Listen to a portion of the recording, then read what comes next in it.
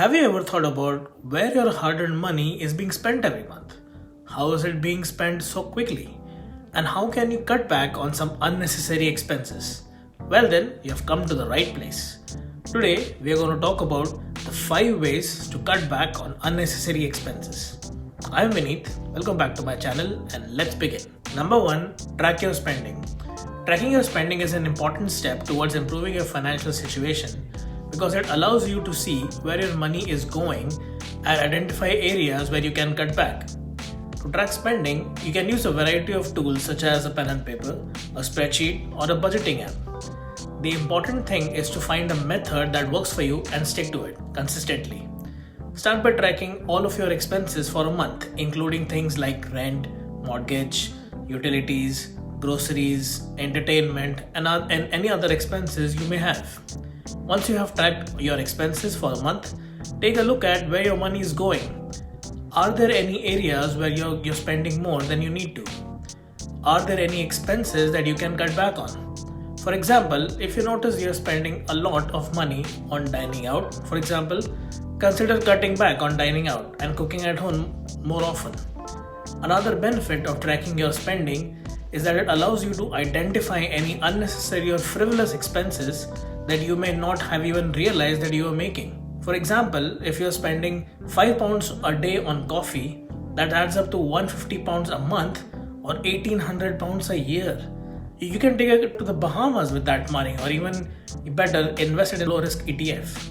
By identifying these kind of expenses, you can make conscious choices about where to allocate your money. By taking the time to track your expenses and identify areas where you can cut back on, you can improve your financial situation and make more conscious choices about how you can allocate your money. Number 2, create a budget. A budget is a plan that outlines your income and expenses for a specific period, such as a month or a year.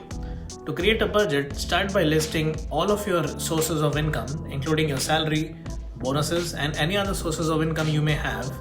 Next, list all of your expenses, including fixed expenses like rent, mortgage payments, utility payments, car payments, as well as any variable expenses like groceries, entertainment, and dining out.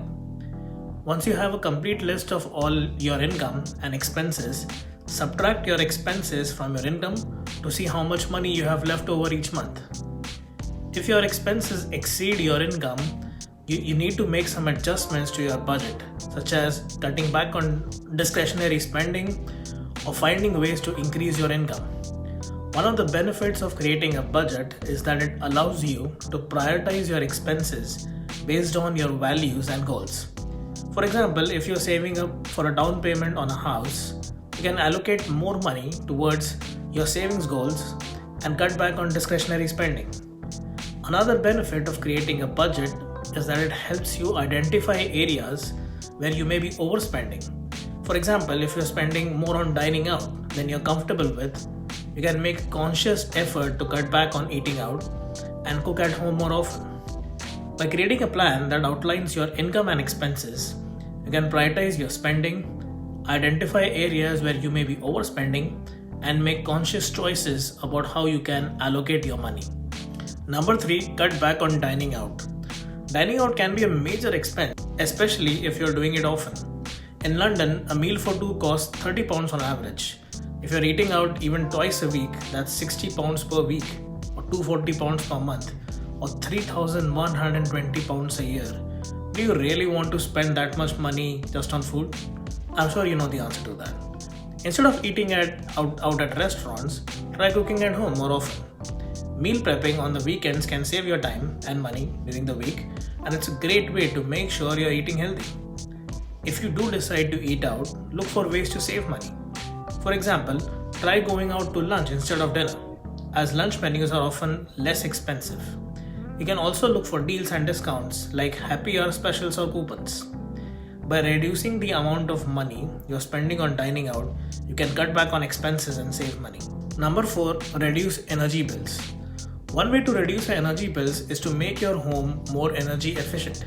Start by sealing any air leaks in your home, such as around doors and windows, to prevent drafts and keep your home comfortable.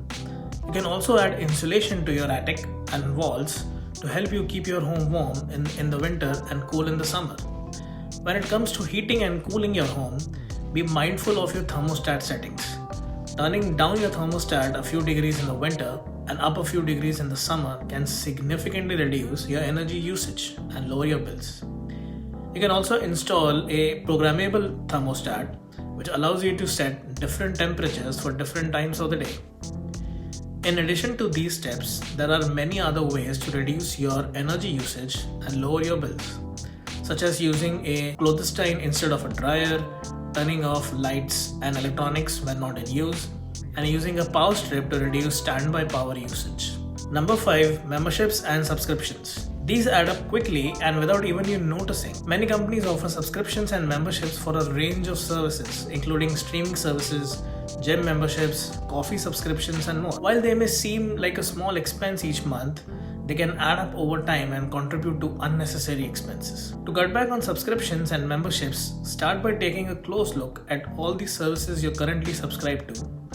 Make a list of all your subscriptions and memberships, and then go through each one and ask yourself if you really need to use it. Do you really need to have Netflix, Prime Video, Disney Plus, Apple TV, Hulu, HBO Max all at once?